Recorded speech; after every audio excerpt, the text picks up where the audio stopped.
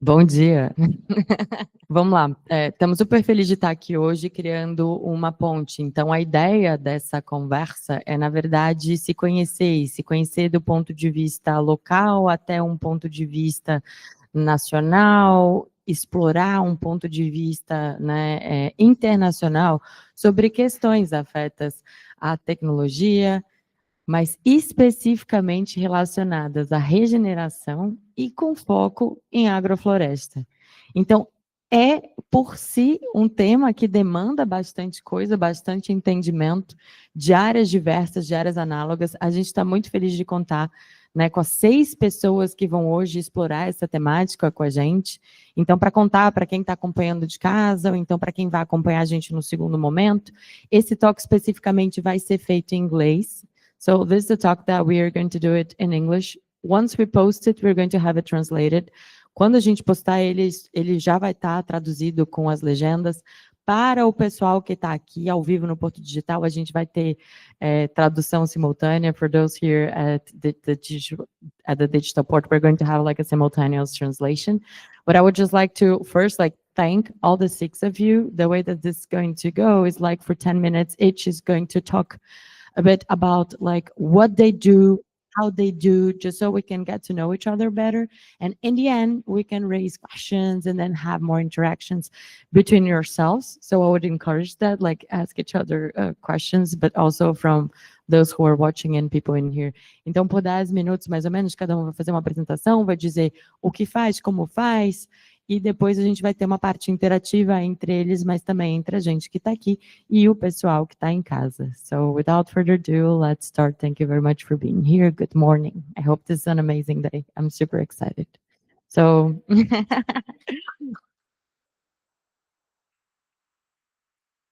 Renata, you first maybe?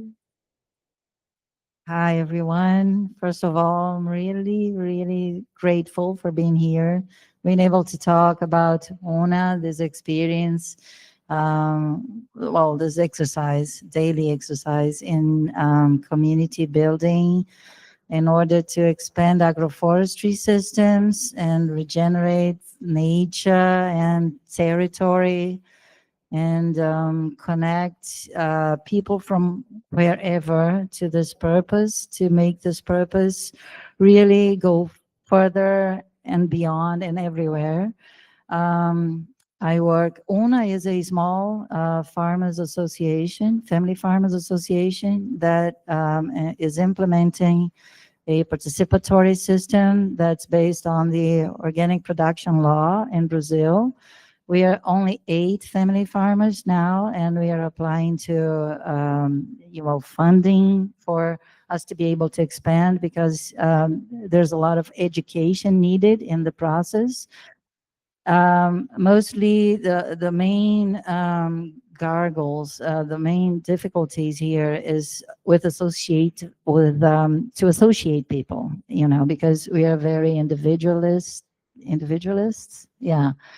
We are very lonely, and the system has made it so.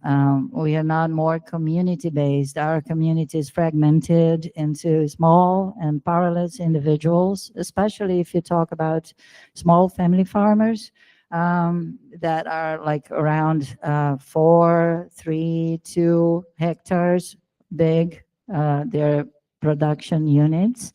And these 8 family farmers are already agroecological. I mean, they don't use fertilizers, synthetic fertilizers, nor pesticides or any of that, but they don't yet fully understand agroforestry and regenerative agriculture.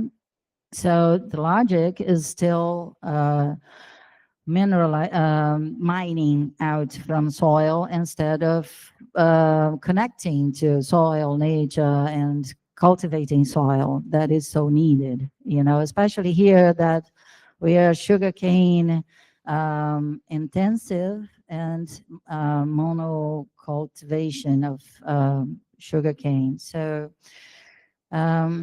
monocropping doesn't only degrade the soil, it degrades also territory, culture, and connection, because it's, since colonization and exploitation colonization that we were, and Pernambuco was one of the first and longest slavery systems and worst, because sugarcane is really rough. And people, I have one of the family farmers that are about to get here. He really starved. His mother used to cut cane, and now he is an agroecological family farmer. And that's very much due to CERTA, that is a school that is in Glória do Goitá before me, before my arrival. And my work began with these family farmers, not these, but other in Glória do Goitá, very much due to this prior work from CERTA, this school that there is. And I wish I could take you guys to know, to get to know the farms and the CERTA school. That is amazing work. And it's like an oasis in Zona da Mata, that from the Mata Atlântica, there's only left the zone, like my teacher Namaste used to say. I began this work trying to commercialize and educate family farmers, and also certify through auditing organic certification, because there are 2 means to get the organic stamp, the Brazil organic certification. That is through audit and participatory systems, and it's in the law, the Brazilian law. The participatory system was created by a group that founded also Ecovida, that is a net of agroecology, very ancient here. I mean, the oldest, the first of all participatory systems in Brazil. And they certify thousands of families in organic certification, but they do not do agroforestry. That's something we began to do with Namaste since 2016, when I first certified organic for only family farmers. And then every year, a few came in, a few came out, because it's not easy. It's a cultural twist, to begin to write down what you produce, what you sell, where it goes, how you do it. And not everyone adapts to that. And the participatory system that we founded in 2021 with Namaste and the first production unit and family farmers, Alonso and Luzinete, that are since 2016 with us. The farm that they live in has become a reference in agroforestry there in Glória do Goitá. They also integrate animal bringing, how do you say it? Not cropping, how do you say it with animal? Well, chicken. Intentional grazing. Yeah, exactly. Rotational? No, not rotational. They have chicken in the system, and they collect the eggs. how do you say that? I don't know. Silvopasture. Okay. Yeah, exactly. Well, is my time over yet, or can I talk some more? Okay.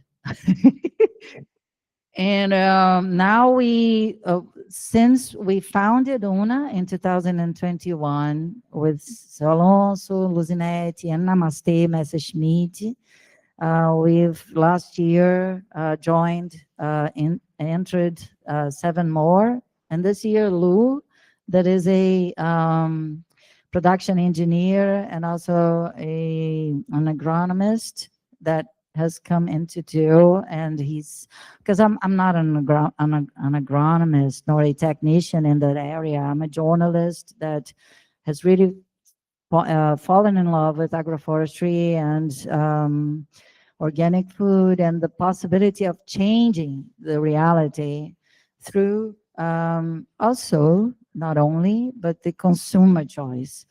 And then when I found that in 2001, when I went to California and saw that in Brazil, it was very, especially here in Pernambuco, it was very incipient. It was really very unknown, this whole world of agroecology. So I just wanted to eat that and to stimulate that sort of market that would enable family farmers to keep themselves in farms and producing agroecologically and producing real food. So that's like a virtuous cycle, beautiful. And I think that's where we can actually make change, to me, I guess. I guess that's it. Thank you. Should I? Okay. I don't have much to add, right? Because she said almost everything for real, but she's the brain and the heart behind UNA. And what I would like to say here is that UNA is open to that because we are brains and hearts connected to make the difference, to make the change. So if there's something I want to add is that we are thinking about ESG, how UNA can be connected to ESG and how we can make the difference of of people over there through other, not only thinking about agroforestry, but also making them understand things like entrepreneurship and things like emotional things, connections, and how can we connect people to make the difference. So we are working, of course, we are working on agro-industry, agroforestry, but most of all, we are interested in people. So we are looking to them and we're saying that they can grow. So we were thinking about equality and diversity and inclusion. So we have women that we are working with them among a part of the main progress that is agroforestry. We're working with women and women. We are working with gray entrepreneurship that we have some old farmers who will live there. So we were more interested in making people grow and making people have good lives. So if you are interested to get together hearts and brain with UNA, we are here, we're waiting for you. I think we should let Diogo or Cauê go next. Diogo. Hi, Diogo. Hi, Diogo. Okay, here I go. Hope you can hear me well. So nice, so nice. Yeah, thanks. It was so nice to be here and to hear the stories. You know, I came to Web3 3 years ago talking about agroforestry when there was not much about it, you know, and just seeing this event that, you know, Mila, Derek, and all organized, having this team one day dedicated to this. I feel so happy, and I maybe it helps people think that I'm not crazy. There's more people that is crazy. They're crazy like me. So that's why I'm pushing this. But yeah, it really changes lives. It has potential to change societies, right? And yeah, agroforestry is just a a movement building communities of communities, communities of rural communities, which is, you can imagine, very difficult. Rural communities use very little internet, very little technology, so it's a very small steps, but it's growing. It's growing. Every year there's more people involved. There are events like this that just bring this information to people. So yeah, what I won't be too long now in the introduction, but yeah, look forward to the conversation. Let's pass to the next one. Thank you. Yeah, we can see your face now, Cauê. The t-shirt's on. Hi everyone, I'm Cauê. My name is Cauê, but you can call me Cauê. I'm agroecologist. I'm an agroecologist, graduated into, I don't remember exactly now, so I will not try. I started to work with agroforestry in 2016. After graduation, I was working with consultancy and was very hard, not only for me, but for my daughter is here with me. She wants to say hi. Hello. Yeah. Hola. You can say hi. Say hi. Hi. Hi. Hi.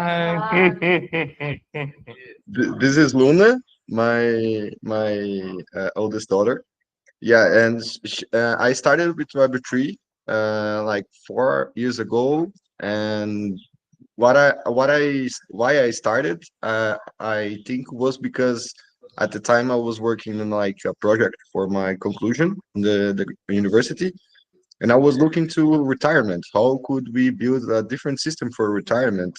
And with agroforestry and fruits being produced, and food being produced, why something like wood without, something like wood could provide a retirement plan for people or something like that. But when I started, I thought this would be way more easier, just comparing the income, not the income, but the yields of retirement funds and things like that with production, but it's not simple as that. It's way more complex. And what I noticed is that we don't have a system right now that can handle that. And if we have that, this will become centralized and governed by a few. And this is kind of where I started and why I started to research about blockchain and Web3. And when I started, I met Diogo, and one of the first things I did was to join Agrofloresta DAO. I have my T-shirt here. This is a project that it is in my heart. I took everywhere. I talk about it and I share. And after that, Diogo introduced me to Web3 and all the systems we have today, all the tools and communities. And this was the start. So we started going to Brazil at the time, 2.5 years ago. And we started as a community that was just learning and studying books and things like that, concepts. And we started to move from just theory to practice. And today we are kind of practicing way more. So this is kind of my overview. Thanks for the invite. I'm really honored to be here.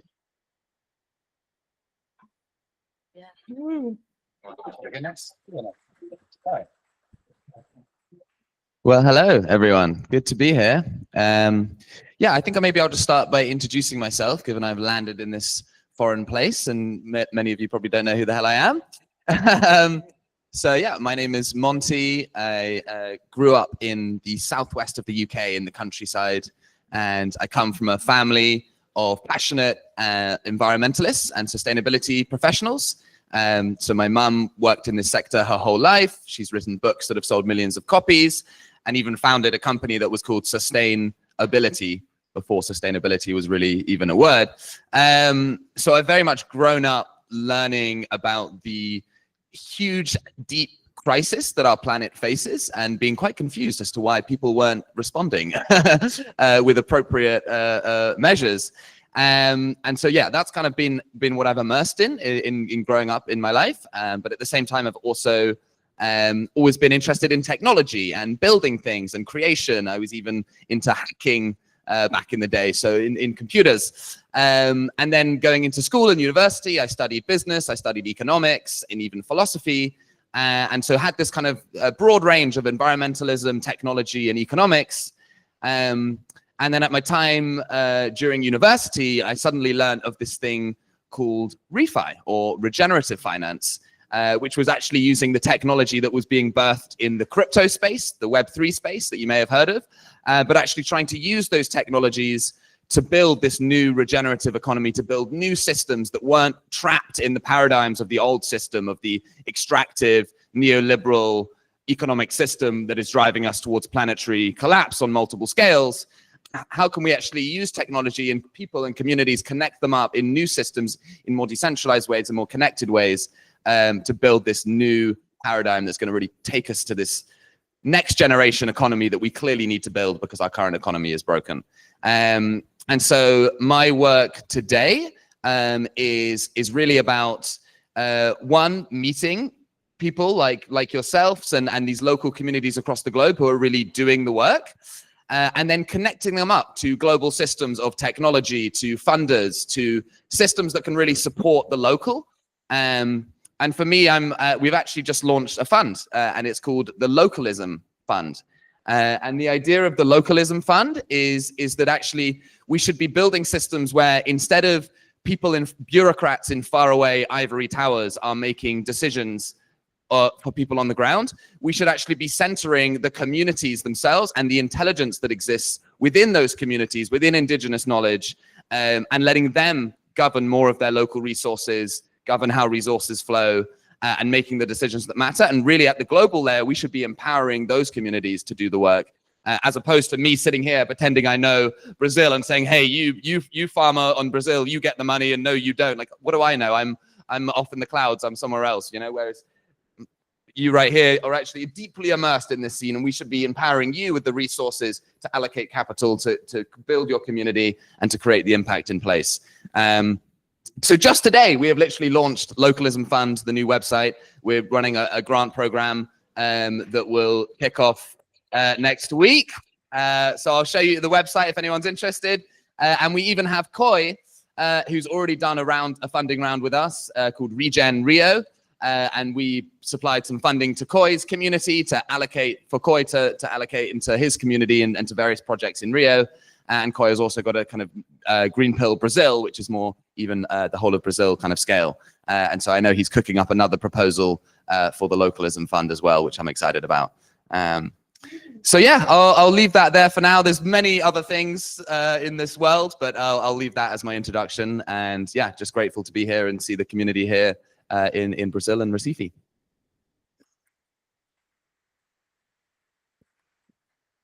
Bom dia. Hi, my name is T-Rex, and as a little kid growing up, my dad would read the permaculture handbook to me as a bedtime story. So I had that sort of ingrained knowledge about gardening and being able to be out in the garden, just like naked running around as a little kid and being really in connection with nature. And I think ever since I was a little kid, I've been growing up with nature and being able to really relate with the world around me. And I went into the Peace Corps right before the pandemic. 2.5 years I spent in Paraguay. And during that time, I was trying to get a RED Plus carbon credit programs paying smallhold farmers.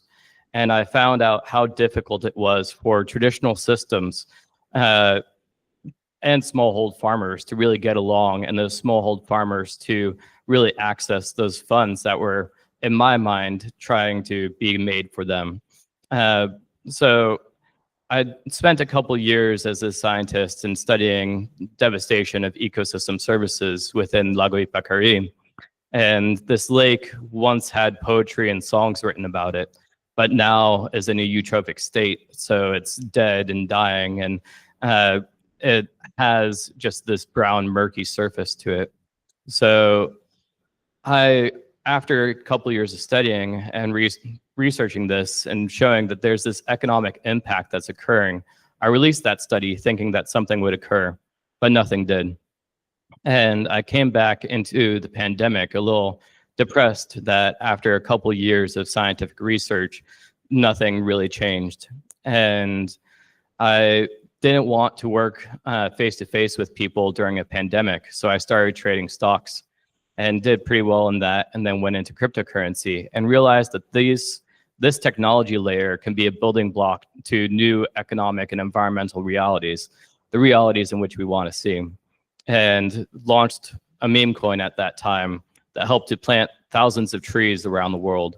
And this mimetic spread, I really noticed that people gravitated towards these ideas if they were aligned with their value systems. And at that same time, I went to ETH Denver, one of the largest cryptocurrency conferences in the world, and ReFi as a thing was just getting started. And I was presenting on these ideas of using the technology for environmental good, and met a person named Iwaki. And Iwaki gave me a green pill handbook, which was filled with these ideas of using the technology for better environmental good. Met with people like Regen Network, who empower farmers all over the world through environmental credits to really access further funds as well.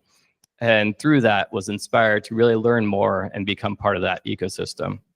I think that we as a people have the ability, I know that we have the ability to hold our store of value in things that really matter. So being able to shift from a governmental currency system that is exploitative and damaging to the world around us to other forms of economic prosperity is really where I see the alignment for all of our movements going forward, being able to change what we put value towards. And I think one of the core themes here is network states and agroforestry, and we're in a pop-up city. So ReFi DAO local nodes and green pill networks, I think could be something that we go in further and have some talk about that too. Yeah, maybe we just invite some reactions to what's been shared from going back to you, maybe. Well, yeah, well, like I was telling Camila, it's hard to understand. I just understood what a pop-up city may be, and I'm really flattered to be amongst you guys, and I'm very hopeful after listening to you, and I think I'm in the right place at the right time, and it's beautiful, and thank you. I don't know, teach me more, because I know very little. What the hell is green pill? Green pill, did you say? I know it's the name of Koi's thing, and that's that. I didn't know it was based upon a concept that is called green pill, so who should I? Boy has that. Boy is the best person to Koi. Yeah, I can answer that. I think T-Rex was referring to the book. There is a book called Green Pilled Book, who talks about how could crypto regenerate the world. And this book it's already old. If we think, if we look today, like it's something that was published some time ago, but kind of aggregated. This was only the one book. There is another one. There is more. There is a second one which is called Impact DAOs. For those who are use it with the word DAO, this book is specifically about DAOs that are generating impact, that are creating these systems that we are describing. And both of these books, they were made like some time ago, and they even need to be updated today with new informations. But we did an upgrade on that. Impact Networks was an attempt to kind of bring to the surface new organizations like Agrofloresta DAO that emerged in this period between the books. So Green Pill, to be very coming again to the origin of the concept, I think Green Pill, this is a term and a concept that is being still being discussed. People don't have like an agreement of what this means, but I think we are going to the direction where we want to create the meaning for these regenerative systems. So today we refer to that like positive sum games, games that allow that all the participants win. We don't need someone in the game to lose. We can play a game where everyone try to reach a goal together and everyone wins. This is a type of comparison that I can do. Like what is like a green pilled system, something that is a regenerative system. So it is a system that allows us to coordinate and negotiate the outcomes for the benefits for all the participants. Different from the traditional market where we have like a zero-sum game, where for someone to win, someone needs to lose. So this is kind of a basic building block, if we think about on the concept, where we can ground our designs. Like if we want to build a system, we can just have this in mind, and this will be a good north star for you to build a system that is different from the traditional one.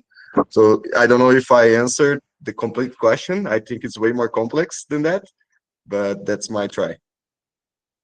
Yeah, I bet it's way more complex than that, but it's already a dream come true to think that there is this possibility. It's amazing. I've got a question for you both here, which is around what are the processes that you go through for building community here, for raising funding? What technology do you use? Like, what are the sort of processes that you use there, and like where are the gaps that you're seeing, and where are you saying, hey, we'd really love some help, this would really solve our problems that we're facing here in doing the work that you want to do, and that change that you're trying to make? I'd love to understand a little bit more about that. Okay, so, well, when we began, I don't know if I should, well, let's go from the beginning. When I began, I went to a technician that used to work as an extensionist with many family farmers in Glória do Goitá, this city at Zona da Mata Norte, from here in Pernambuco. And then I got to meet, I had a meeting with all of them, and I showed them what was my purpose. As for, until then, only organic certification and commercialization of their products. Because I knew that there were many that I heard of and knew of, but they didn't have the recognition, and I wanted to recognize that. And then some signed up, and I went to visit each farm, and then each farm, well, some of them were not agroecological. They used pesticides and stuff. So those were not certifiable. And then I chose the ones who were, and I began the process, and then I met Namaste. And then I knew that organic alone wouldn't help, wouldn't do. So we began to bring Namaste every year to teach agroforestry. And that was a change, huge change for everything, because he has a method that is ao pé da planta, that is called, and his name is Namaste, and Namaste means to fold yourself, I don't know, to humble yourself towards what you're dealing with, relating with, and that taught me a lot, his process, his whole process. And he would use dynamics that would join people together and dilute differences. And it was really magical what happened in his courses that were immersive and 3-day long, 5 to 3-day long, and they took place in each and every farm. So that's why Namaste, União Namaste de Agroecologia, because it's him. It's what he does. And it taught me how to approach those families, with each one of them with their own, way of dealing with their reality, but very individualistically. It's different from, for instance, indigenous communities, that they have the religion and they have the culture, and they're immersed in that, and they have these beliefs that join them to nature, that drive them, that relates them to nature in a more transcendent way.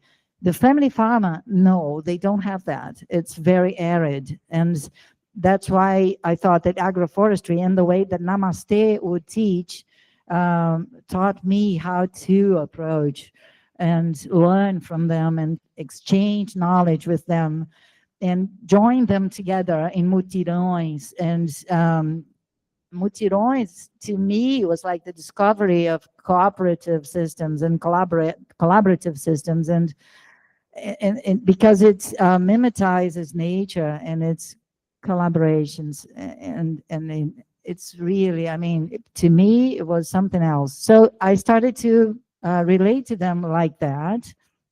And I understood, visiting Rede Borborema de Agroecologia, that is another association of 70 family farmers that produce cotton that Veja shoes by.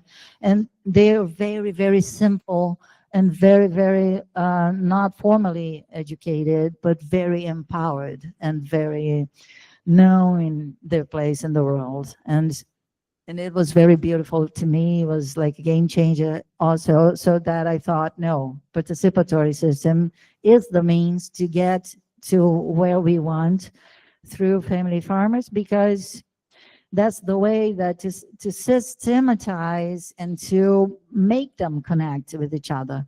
And then so we have, like, we form committees, there is an ethical, well, first groups, and then each group has an ethical committee, and then they have, from the ethical committee, we form evaluation committees. And also we have resource committee that will decide things along, and also a technical committee. And that's all based upon a Brazilian organic certification of participatory certification, organic participatory certification system. That is, but the law isn't very clear. I spent 3 years trying to find out how to do that practically. So that, to me, was a huge difficulty. And I'm like, well, I'm the only participatory system. UNA is the only participatory system at Zona da Mata in Pernambuco, in this region, in Zona da Mata, in the semi-arid part of Pernambuco. We had Diaconia, that is a ONG, NGO, that is funded by other funds, I don't know, international funds and stuff, and they taught them how to do it. But when they withdraw their support, they didn't know how to do it. They were stuck. They couldn't do it alone. So that's the thing that I don't want it to happen. I don't want it to depend on me. It's dependent on me so far, but it's not supposed to. They have to learn. And actually, through talking to Cauê and to a friend of his, Tainá, that is from region Rio and Rega Brazil, she was telling me how their system, because at UNA, we still have an executive directory, like a classic format of management, of organizing us people. And I never wanted that. I wanted an agroforestry system of organizing people, and I didn't know how to do it. I didn't even know that there was such a thing. And through Tainá, I understood that they have a system they created, and also the commitment pooling and stuff. So it's more agroecological.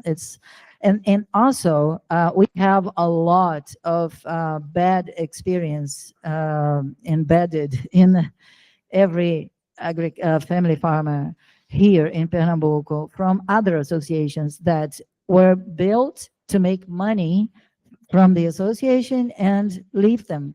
And that's something I saw happen. So it's very sad, and that's absolutely not what we want. And to change that, and to change their view, and to gain their trust, it was really hard. But then after 2 years, 3 years, and then beauty began to happen with trust. And that's, to me, the biggest value of all, this trust that we've now managed to have. And other family farmers around began to understand we are different. Also, they expected me to punish them like I was the owner of Una, like, oh, I'm not going to go to the meeting, or I'm going to get late to the meeting and I'm going to be punished like they were in the other association. So there's always this sort of Casa Grande Senzala thing that Gilberto Freire wrote. Yeah, talking about our socials dynamics that report very much to the sugarcane and system of production, that where the owner of the land would not work, would not produce his food, would not engage with production, and the slaves would do that for them. And so there is always this vision that, oh, I'm going to make money for me not to work anymore. So work, it's a mindset, yeah. And work is a bad thing, and not a human development mean, for us to be better and to understand and learn and connect. So that's also something. So on Saturdays, we do the mutirão and visitas de pares once a month.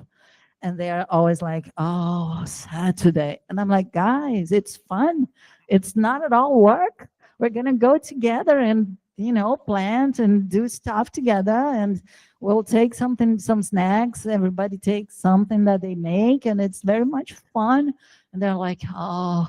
And then after the second year doing that we came, and their SAFs, their agroforestry systems were there, and we managed the one from the year behind, and now you can see some more happiness in their eyes for being together doing that, and that's like so gratifying. But we still have a lot to to do, and we do not have funds for that. Yeah, that's what I was going to ask. Yeah. Just about what she said, we need to know the situation of the region, right? So when she says Glória do Goitá, it's a city which is far from Recife, which is in a region of the state of Pernambuco that's not really, it's kind of a countryside. So people there, they were like learning, they know a lot about plantation, about food, and about what they do, but they didn't know about what we're talking about here. They don't know about ESG or how to use technology to improve what they do. So when you ask about, oh, how is the level of technology that we're using or things like that, we are doing this work of making them understand how what they do is more than food. So first of all, food is not only food. Food is about culture. Food is about developing. Food is about a lot of other things that we are making them understand that they knew, but they didn't understand that well. So it's the first job. The second job is what she's telling about right now, like making them understand that it's not only job, it's not only work. It's about having fun what we're doing and understand that's making you grow about what you do. That work is not only work. Work is about what you do to your life too. And the third job is about how to build something different and more formal about what we're doing. So she talked about certification a lot of times, and now we are talking about technology to improve what we do. So actually, I said all that because I have a question for you guys. So she's talking about funds, and we're bringing technology in the table. So we are wondering how we can use. We are very handicrafted yet. So it's like a small job. We say anti-job, like small jobs, baby steps on technology. But we know it's in our strategic planning that we have to use more technology. And we have been talking to people in our environment about it, and we have a lot of ideas, but you guys are here today, so I have to take the moment to ask that. We are thinking about certification and thinking about make our products be more trustworthy. So certification is on the way, and also to enjoy a little bit more some things about green capitalism as green tokens. So considering certification and green tokens, how do you think that UNA could use technology to make it easier, to make this path easier to grow and to build something better to that community? What do you think, guys? How can we do that? Well, I think Diogo might be one of the best people to answer that, because Diogo's been experimenting with agroforestry in the Brazilian context and technology for quite a long time. And then Monty probably. Monty has something to say because he was like, Yeah. But let Diogo, feel free to start. Oh, cool. Yeah, I just want to share that, we are also doing agroforestry here, but we are not near a big city like Recife. We don't have someone to sell. We don't have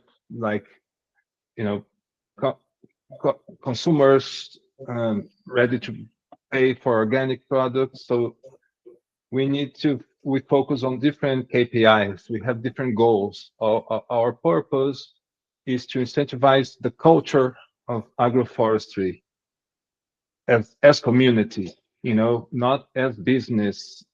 Nothing against business, it's part of it, but often we see people doing agriculture thinking of selling and planting because I'm selling, I want to sell, and that's the goal, that's the purpose. I don't know, I believe your association has a broader purpose, a more quality of life, community purpose, and that's why I shared in our chat group that table where it compares commercial agriculture to community agriculture.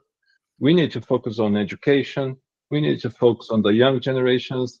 These meetings, these gatherings, these mutirões, that's what we need incentives for. Just selling the final product is good, it's nice, but often it doesn't pay off, and people just quit, and that's sad.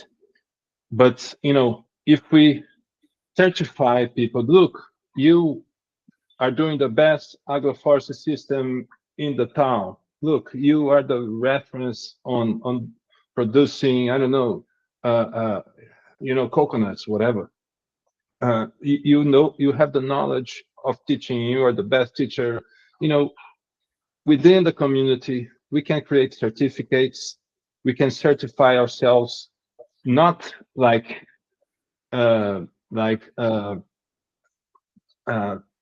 what some organic labels do, like you cannot do this, you cannot do that, but no, what are you doing best? If we do that, other communities worldwide will see it. We'll start doing that too. We can support each other. So basically, I would advise you to look at the community side of things, not just the commercial side of things. I'm not saying that that's what you do. We don't even know each other very well, but every association in agriculture, we need to build the community agriculture of the 21st century. I know the efforts you are doing. You and Renata starting from zero and engaging in this fight. I know how hard it is, and just if it doesn't go very well in the business side of things, make sure to look at the community side of things. You know, the friendships, the relationships, the events, the celebrations. You know, that's and the seasonality. You know, the cycles. That's where I think the value lies. I'll pass to the next one. Thank you.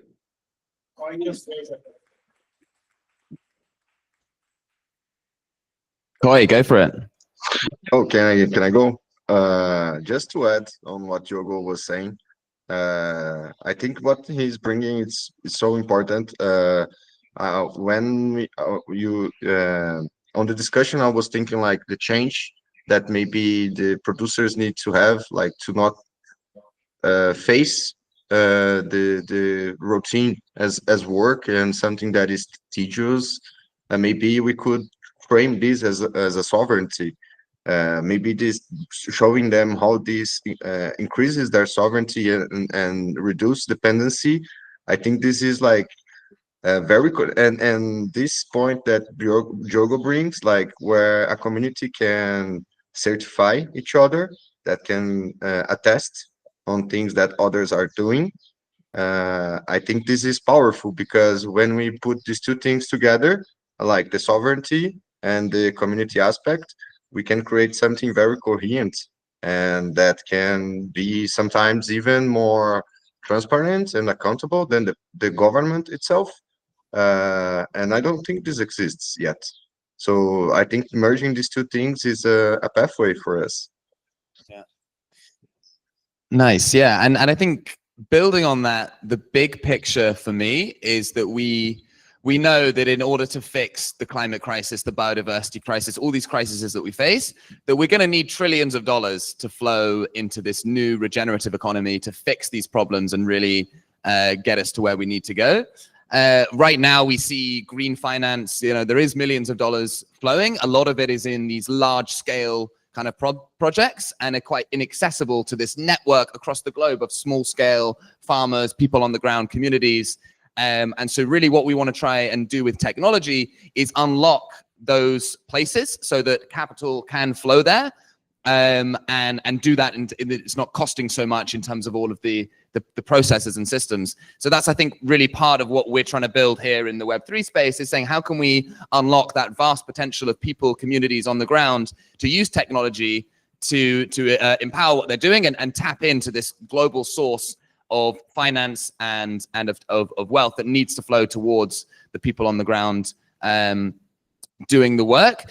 And so a core part of that is, okay, if you're having a positive impact as a farmer, you know, maybe we have this organic certification, but you know, you're also hopefully with this agroforestry and the community building, producing all these other co-benefits. You know, we know about carbon markets, right? But that's just one lens. We know then there's biodiversity, there's the health of the soil, there's the water, there's the equity component, the community component. And so all of that tells a really holistic picture about the impact that's going on. But in order for funders to trust to fund that work, there needs to be some form of proof that this impact is actually happening and that it's not all, you know, a scam or, you know, just going on. And so that is the role of technology and also of blockchain that comes in to say, okay, can we create these sources of verification where the people on the ground are taking photographs of what they're doing, they're monitoring what they're doing. Maybe we leverage drones, we leverage satellites, all sorts of amazing technologies out there that are becoming more and more accessible every day. And actually use that to create that source of truth, that data that we can then use to show to funders, to show to people who want to invest in this impact, to channel more resources into that work. And hopefully that adds more of a business model maybe than there is currently. I know, you know, I'm assuming with organic, the business model is that you can sell your produce at a higher price, maybe, but maybe not. But also I'm wondering who is even funding the amazing work that you're doing and the, you know, that education work and the community building work, which is so fundamental here. And so, you know, there is a problem in how the conventional asset markets have worked, you know, carbon credits. Sorry, I'm going too fast, huh?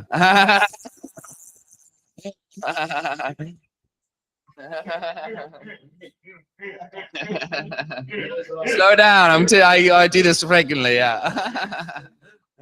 Yeah, hard work as a translator. Yeah, no, I was just kind of wrapping up my point there that carbon markets have too narrowly focused on one impact. when actually now the transformation is about how do we unlock, a more holistic understanding of impact across multiple different scales. And that should also include funding for the work that you're doing in that education, community building element. And part of what I'm trying to do with the Localism Fund is get more resources to communities like you that are actually doing that connective work and all of that additional benefit that is enabling the farmers to do that more regenerative practice as well. And then how do we measure those impacts of what the farmers are doing and what the land stewards are doing?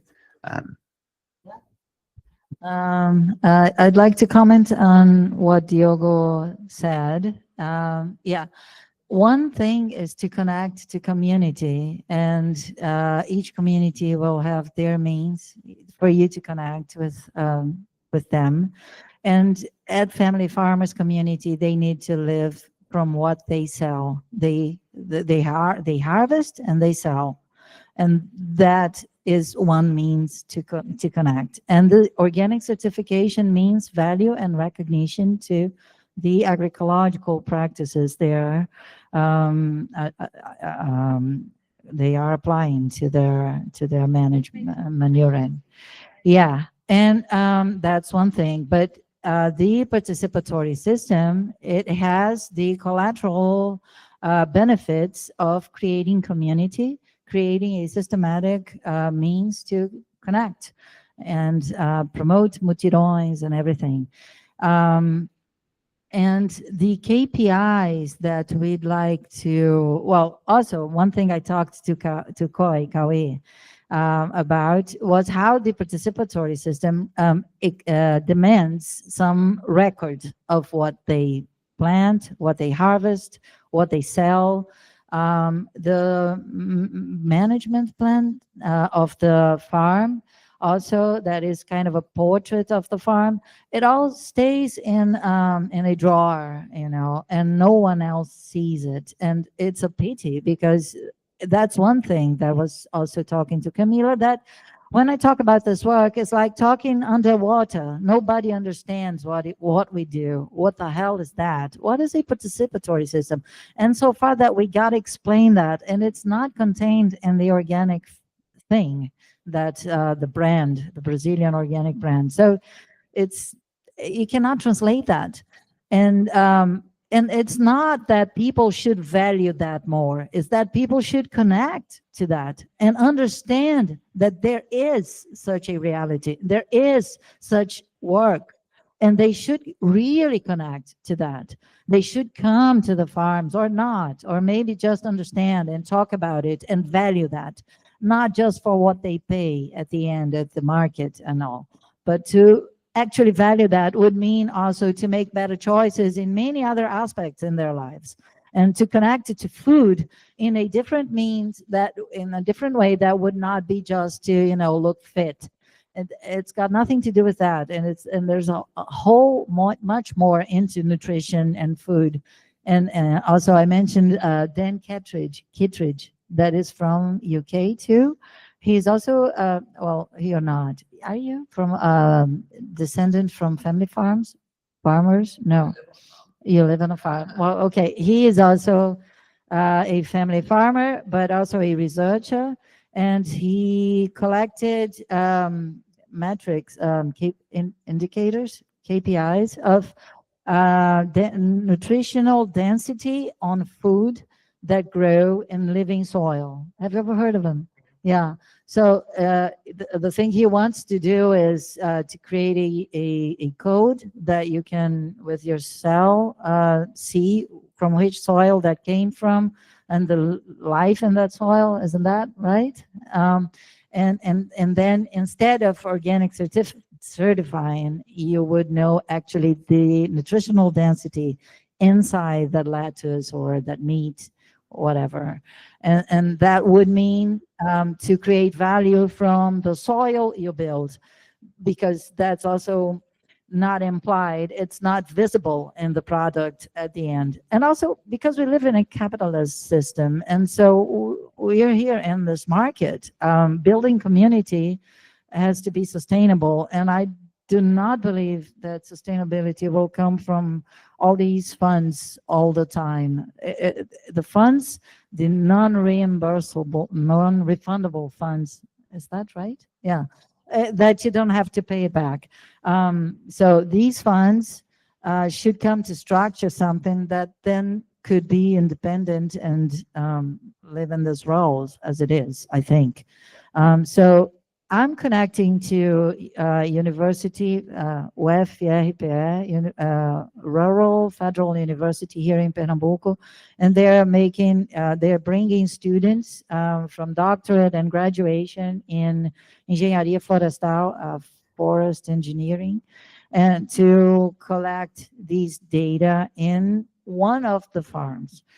But it's not enough. I would like to have the means to actually register those indicators. And also from when the producer records what he has planted, how he has harvested, what he has harvested, or what sort of fertilizer or what sort of manuring he has made, and telling his story, his day-to-day practices, and that becoming indicator.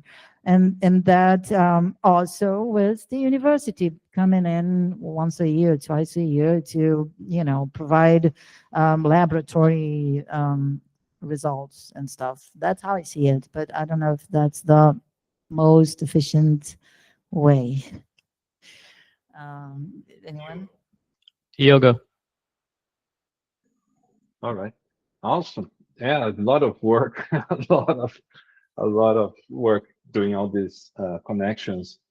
The thing is, like, these participatory meetups, would they happen if there wasn't for the organic label? Yep. But they are so important, right? For communities. Very important. You are bringing Namaste to Pernambuco, that's Namaste, for those that don't know, he's one of the biggest educators in agroforestry. So if we think of capacity building, of training, that's what you're doing. That's so important. Right now we have a funds grant.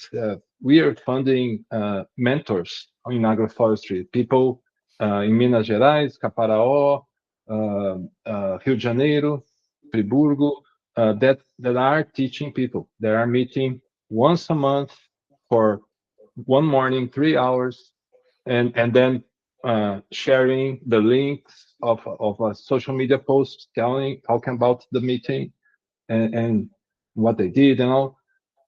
It's just a start, but with funds that we managed to raise from the global community, we are channeling to mentors, to education on agroforestry, and we can. And also apprentices are also getting some scholarship, and we can create channels for collectives. We can create channels, regional channels, so and even for ventures, for business, for ventures, for collective ventures, maybe with partners, from international partners, people that want to be part of this. So there are many ways. This month, October, on the 20th and the 27th, we will be hosting another learning journey for agroforestry practitioners about Web3, about how we can do this community as a global community. And you are so invited. And yeah, let's keep in touch. I'm hoping to go. Yeah, thanks. Thank you so much. So commenting on Diogo's educational experience, when I first met Diogo in Agrofloresta DAO, he was educating school children about agroforestry and being able to bring school children out into a field and seeing these are the generation, we are the generation that is changing the world around us and is being more intentional about how we do change it. And one of the interesting, exciting things with Diogo and the educational component that was being done there, or is likely being done there still, is the integration of Web3 technology with what was going on.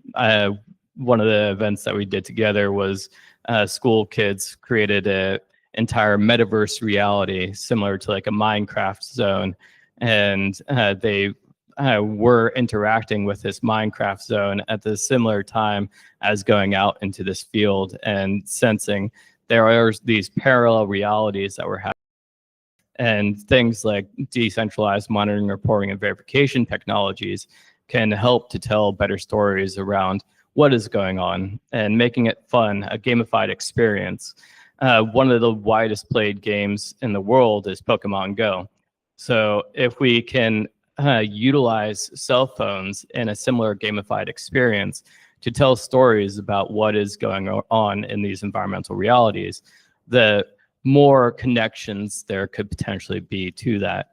One of the organizations that's already doing that is Guardians of Earth, and Guardians of Earth allow people to use iNaturalist and other more recognized environmental sensing technologies with their phones, and then upload this in a game reality.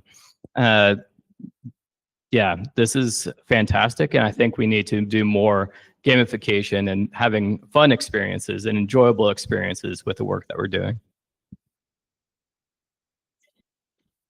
When you say about gamification, I'm having ideas here. We were talking about applications right before. We have a lot of work, as you said, in UNA, because we have two topics very important, that agroforest and family agriculture. So we have to work considering how we can work in education. Of course, the basis to make them understand what they're doing, to make them improve what they're doing. And this is a core for us. This is something very important for us. And also, we have to think about the whole development system, considering about sustainable development. Not only environment, not only social, but also economical, as you said, because they live from what they plant. So as I said before, it's a challenge for us, considering funds and considering also ideas about technology and how to use technology to make that work. Because we have a lot of minds inside UNA, but none of us are technological from the beginning. So we have to count on other people to tell us or to help us how to do it, to make that work, considering we have not much money and considering that we have not much knowledge. So we know that technology is the key for better education, for better social work, for improvement, for improve more women, that we have a beautiful work for improve women. As you can see, we have 2 women here. So we know that technology is the key to make it better, to make it easier, as you said about gamification, but we still don't know how to have ideas. So when you say, Monty, about connecting people, this is very important because we don't have this knowledge, we don't have this ability.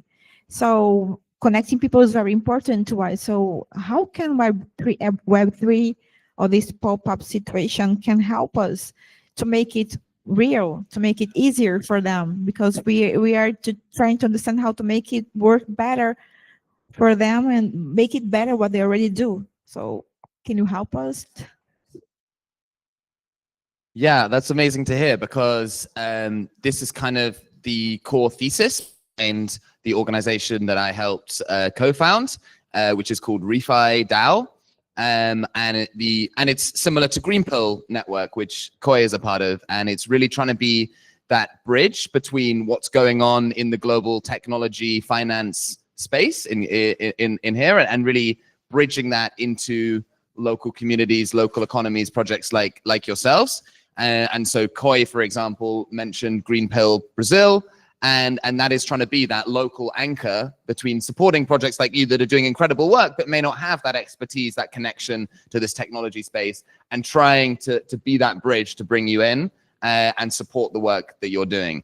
And so whether it's Cauê and Diogo and hopefully a sort of a community that's building up there can work with projects like you and other projects in that local place to support that work in kind of leveling up that technology. And we have communities like this all across the globe who are similarly connecting into their local place and trying to be that bridge function. Obviously, we also need to get more resources to people like Cauê and Diogo who are doing that work. You know, there's many projects here. They have limited capacity themselves, you know, in that work as well. But I think it's a really important piece of the puzzle because, like you say, yeah, we need to kind of, that is an important work to understand what is the right technology, how do we use it in the right way, and how do we actually implement it, and how to pay for it. You know, there's a lot of challenges here. So, you know, it's going to take some time, but I think probably with this group we've got here, and then, you know, further developing those relationships and connections and community building and the bridges, I think is the work. So yeah, we're doing it right now. Here we are. This is the start. Okay.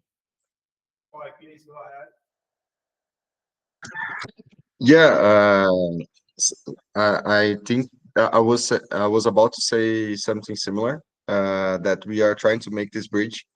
This is like what Diogo have been doing, what he did for me, basically, and this allowed me to access connections, tools, funding, and knowledge.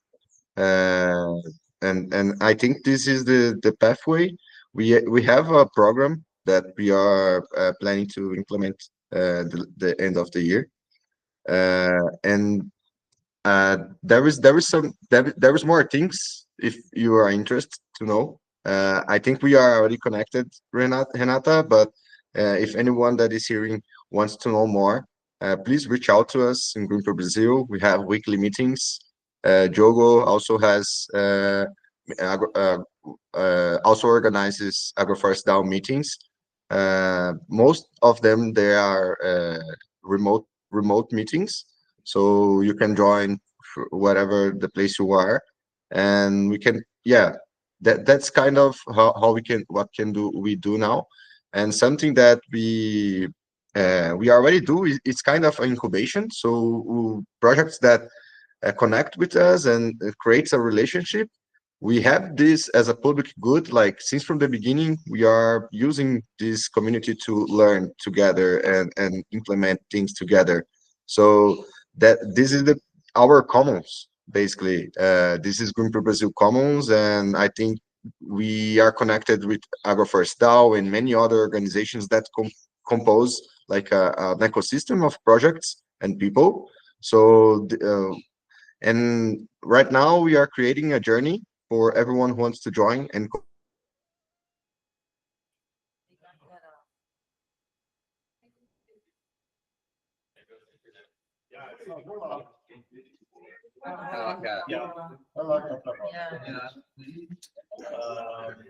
Well, Renata, I will real quick just want to say that it's so important what you guys are doing, you and her. And your network is such a valuable network to be coming to Minas Gerais, meeting with Namaste and other established agroforesters in Brazil, and bridging this with Web3. You know, it's a challenge, and you are doing that. Congrats. Thank you. Cauê is back.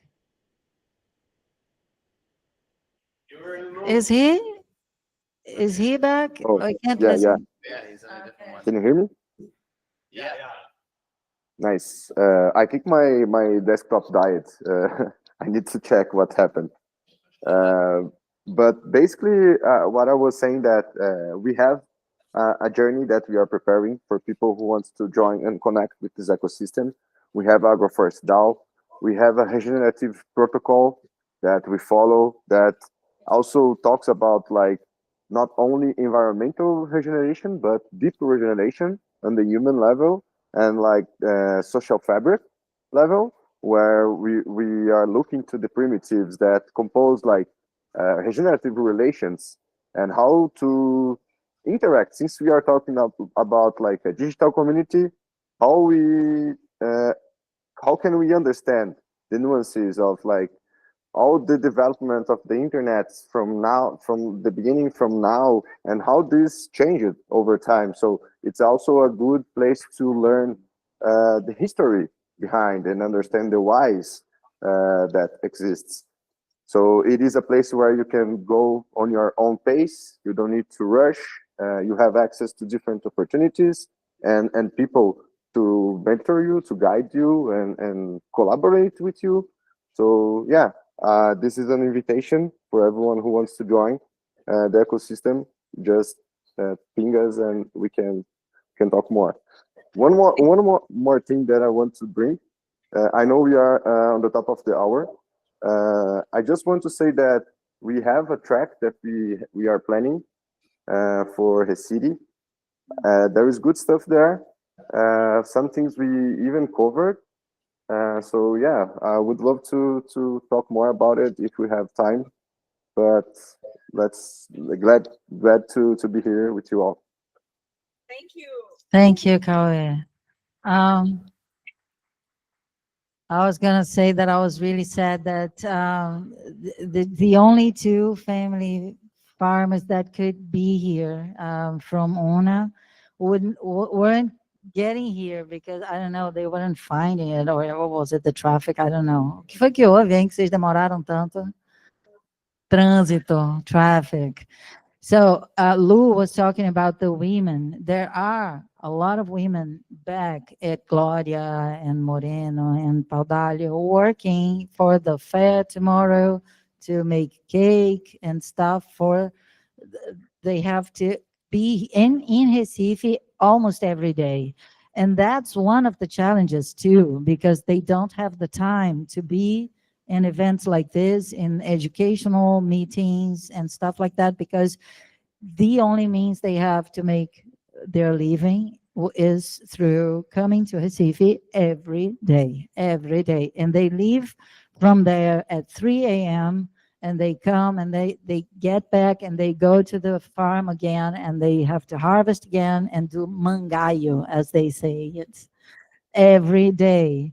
So Saturday, it's also not because of the whole workplace, but also because they're tired and because the whole week is really a lot of work. But two of them are here and I'm really glad. Cal and Delma. They're from different farms. Yeah, we're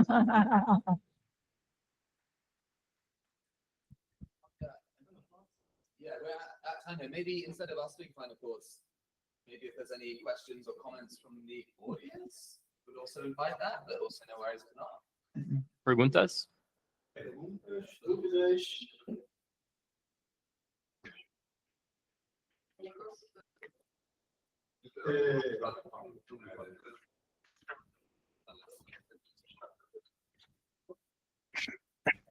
Should I speak English?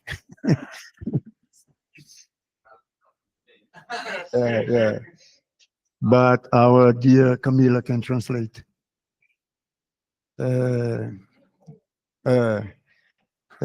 Sobre o fundo que o Monty acaba de lançar, qual é a expectativa e qual o tempo de implemento, por exemplo, para primeiro projeto? When it comes to setting up a fund, like money for projects, how long does it take? How do you start it? Can we do it now? Can you do it in 1 week? Should that be like a hack project? And can I add to that? Like, should or could we think together about one proposition related to regenerative finance that could maybe include the locals? And if we were to like come up with that, what are the next steps? Yeah, so a lot of the work that I do is speaking and connecting to different funders and sources of funds. And I'm obviously deeply embedded in the Web3 space. And there are a lot of sources of capital in the blockchain space from these big blockchain organizations that have large treasuries. And so we've become quite well connected with them and working out what are the propositions that are interesting for them to fund, and working out that intersection of these advanced technologies with the work that's going on the ground, and funding the communities like Koi, like Diogo, like people here who are actually doing the work and integrating those things. We've been quite successful in raising funds in that space. And we're just now reaching a source of maturity where the larger philanthropic funds, institutions are starting to see the work that is going on. and getting over that hurdle of thinking that everything crypto and blockchain is a scam. And they're actually starting to understand there's real deep technology work going on here. And so we're in the beginnings of having those conversations to bring in those other funders. And what we're seeing as a model that really works is getting matching funds from multiple sources. You know, if someone can put in 10K from their pot and someone else is putting in 10K, someone else is putting in 10K, each funder is now tripling the amount of money that they have. And so the localism fund program that we've just launched says, okay, if you're a local community, are you able to raise some funds from a local source, from some sponsor, from some investor, right? And if you're able to raise that initial fund, you've got that buy-in from someone else who believes in what you're doing, then we can come in and say, hey, now we can match that with double or triple what you've raised. And you know, we're creating that pool of funds to then be allocated locally. So we're sitting at this kind of global layer, trying to match and put funding to match other people's local sources of capital, and then let them make the decisions of how they want to allocate it locally to maximize the impact that, you know, with that local intelligence and local wisdom that rests in place. And so that's the initiative that we've just launched, and I can send you a link if you're interested, and obviously we can chat further if we want to dive into any more of that.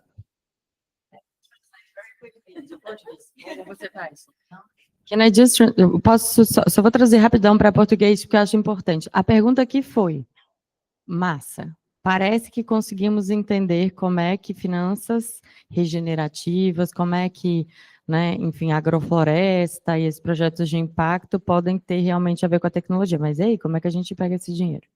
E aí a pergunta dele foi, como é que isso é feito? E aí, de uma forma muito resumida, né, para dar essa energia, o que o Monty falou?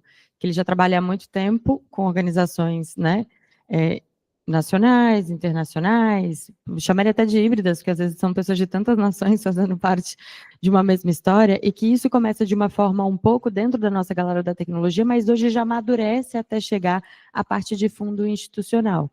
E que a forma disso fazer é o seguinte, o local precisa se organizar para aparecer com um pouco de financiamento, seja ele qual for. Juntamos aqui R$500. I'm saying, like, we got $100. Can we, like, match pool this? E aí a resposta é sim. Nossa, agora a gente tem 5 mil, agora a gente tem 50 mil, agora a gente tem 500 mil, agora a gente tem 1 milhão. Conseguimos. E aí é a partir desse comprometimento do local, né, que a gente consegue pegar outras pessoas e fazer acontecer. Muito baseado com o que a gente está fazendo aqui. Um falou, eu vou. Aí o outro falou, eu também vou. Aí o outro falou, eu também vou. E o outro falou, eu também vou. Então a ideia basicamente é o local aparecer com um, mais alguém aparecer com um, mais alguém aparecer com um, mais alguém aparecer com um. Aí quando você vê, você tem 5 na sua mão. Então essa é a lógica um pouco que ele explicou de uma forma aqui, né, facilitada. Alguém? Você quer fazer uma pergunta? Pergunta primeiro. Diante dessa toda essa visão, esse projeto só alcançaria a parte urbana, a parte rural ou a parte urbana? Porque eu tenho uma plantação em comunidade urbana, né? Se ela alcançaria a parte urbana. So he's asking if this would be exclusively for rural areas or that's also for urban areas, because he has a project with urban plantation, and if that would be something that would be reachable too.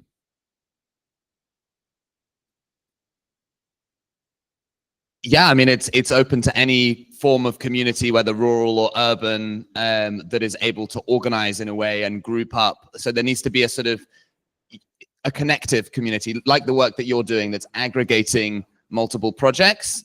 Maybe yours one that would plug into a community like Greenpill Brazil or like Una, and in that way report and be a part of that system to align with that, and then, you know, hopefully we can flow funds into those community organizations that would then flow to individual projects that are aligned with the impact thesis of that fund or that community.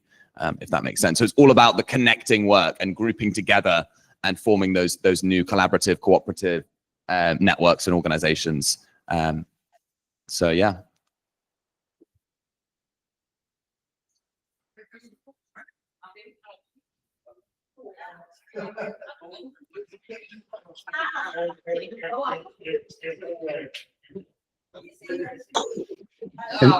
Just Yeah, so this is just like a follow-up question based on what he asked. So out of like curiosity, what are the requirements for you to be able to like apply, or right, like what do you need to qualify? But also, what is success for this fund? Like, you know, what would you say, you know, like it's success when you've like disbursed this capital and you say like, okay, this is the outcome that makes sense or that will make you want to do it more? Because I know how difficult it is to like raise funds and all of that. Yeah.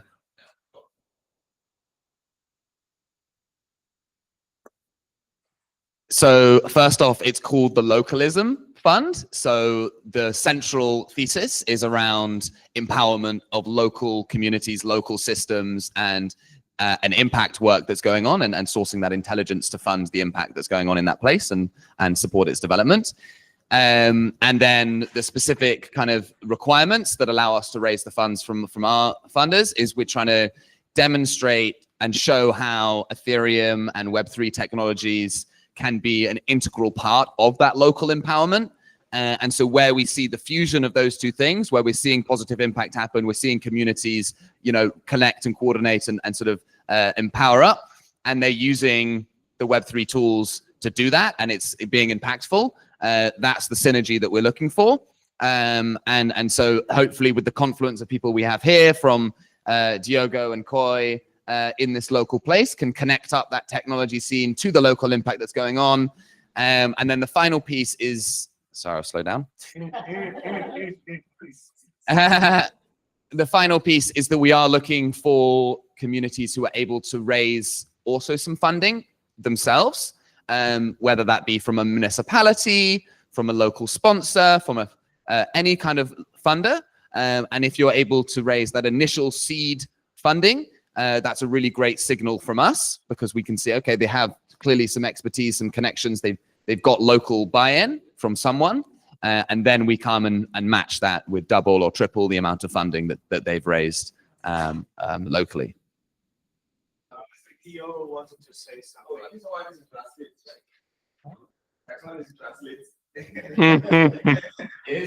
Diogo, did you want to say something? Oh yeah, I just wanted to add to the fellow that said that he has an urban plantation agroforest. Again, there are already funds to be assessed if you host mentorship once a month. You know, it's not a lot. We're not a very rich organization, but you know, it helps to pay the costs to organize this.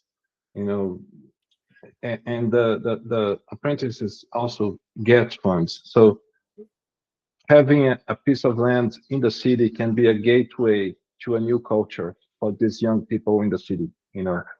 And yeah, it's just a matter of thinking with the purpose of community, not just market, right? And one thing I wanted to add, when we think of Web3 and crypto, we think of hundreds of millions of dollar people. The Web3 grassroots movement that is ReFi, in total, the market cap for this movement is around $1 billion worth of total token value. And there's 3 organizations that contain basically like 75% of that value, and only around 37 different tokens that are really investable at this point in time, that are really directly related to the regenerative finance movement. So we're still very early, we're still very nascent, and we're growing as a grassroots collective together.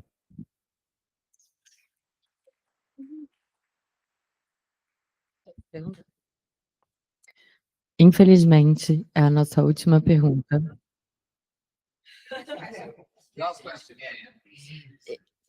Preciso dizer isso porque a gente tem comida esperando, já servida.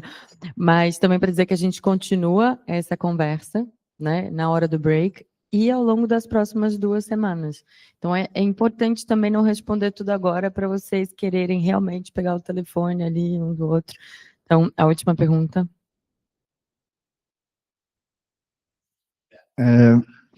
Eu queria saber se existe e se não existe, o que é que vocês acham de qual seria a viabilidade de algum desses fundos ou alguma forma de financiamento ser usado, por exemplo, não só para coisas que já existem, fomentar ações que já existem, mas, por exemplo, usar o dinheiro para comprar uma terra, um lote de terra, para poder colocar lá sei lá, uma família, um pequeno produtor rural que possa fazer uma agrofloresta ou algo do tipo. Inclusive, também, talvez focando em terras que já estão degradadas ou algo do tipo. Enfim, tentar expandir esse tipo de agricultura, né, em detrimento de outras que são mais degradantes. Question, it's actually like a definition of ReFi, I believe, but I'll translate it to you.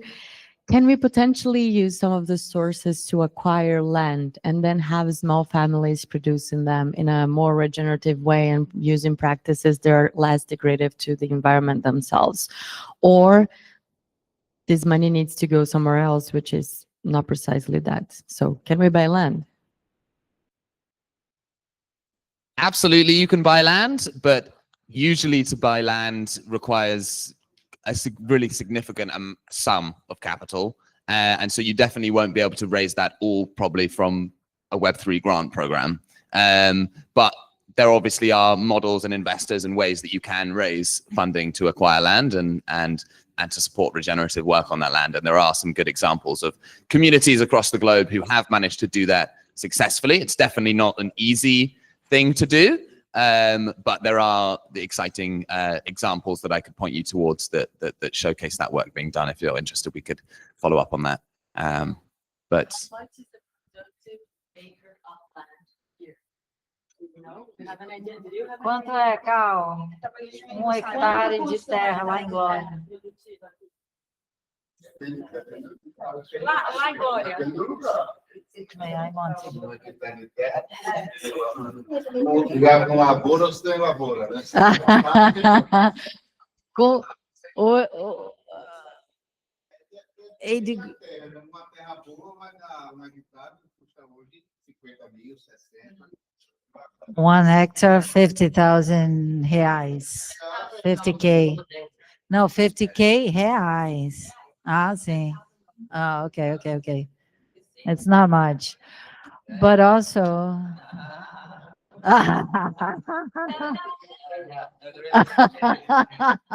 Camila. It does speak to a point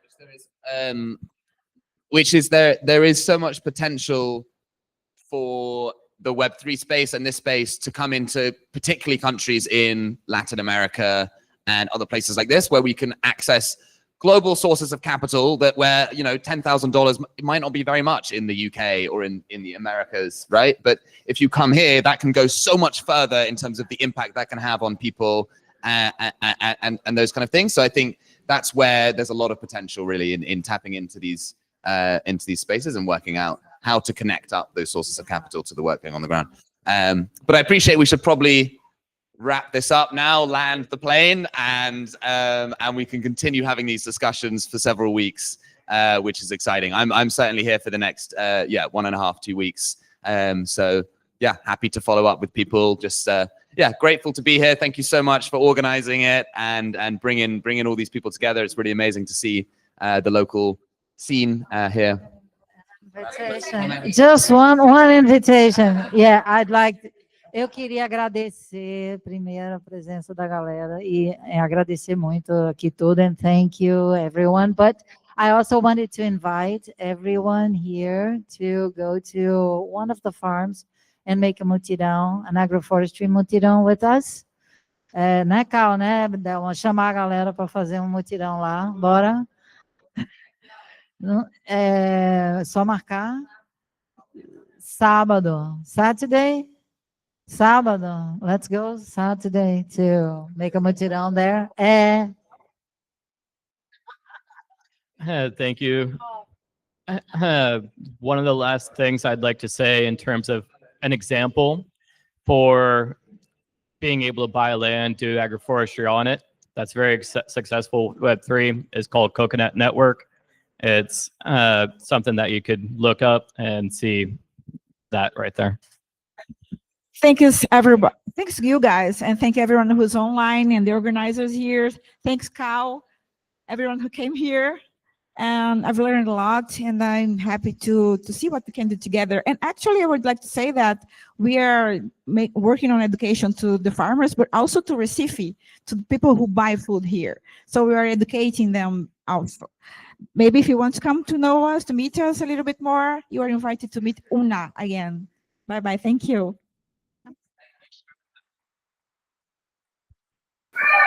Yeah, to close, I want to thank you, everyone. I'm not at my computer anymore. I give up. I gave up.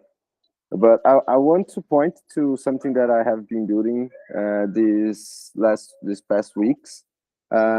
Is like a proposal to get funds, like exactly what we described it, like we getting together to like create a buy-in, for example, for a local program that we could do, and that could be matched to region to the localism fund, for example. And this could be already something we could practice. So right now we are trying to get like 5K to participate. And I think if we cannot like fundraise this amount right now, we can play later. I think I think me and Renata, we spend a lot of time thinking on this track and how this could work. We get together like 3 main challenges that we could propose. But I think this needs like a collective building. So if more people want to join this discussion, I think Renata, if you want to connect us and make this bridge, because I'm not there yet, but I will be on during the hack week, so we can talk more. Yeah, let's talk more. Yeah. Yeah. How can I do this? How can I connect or do anything? Tell me. Just let me know. WhatsApp or something. I don't know. Okay. Okay. All right. Thank you, everybody. And let's stay connected, stay together. You know, it's all very new and early, and that we can get people investing on us, but we need to show that we are worthy. We need to show reputation. We need to build reputation. Okay. So all we do, all what you guys do is amazing, build reputation, and we need to share this with the world. Okay. Let's stay together and we'll get there. Thank you. We're together. Thank you.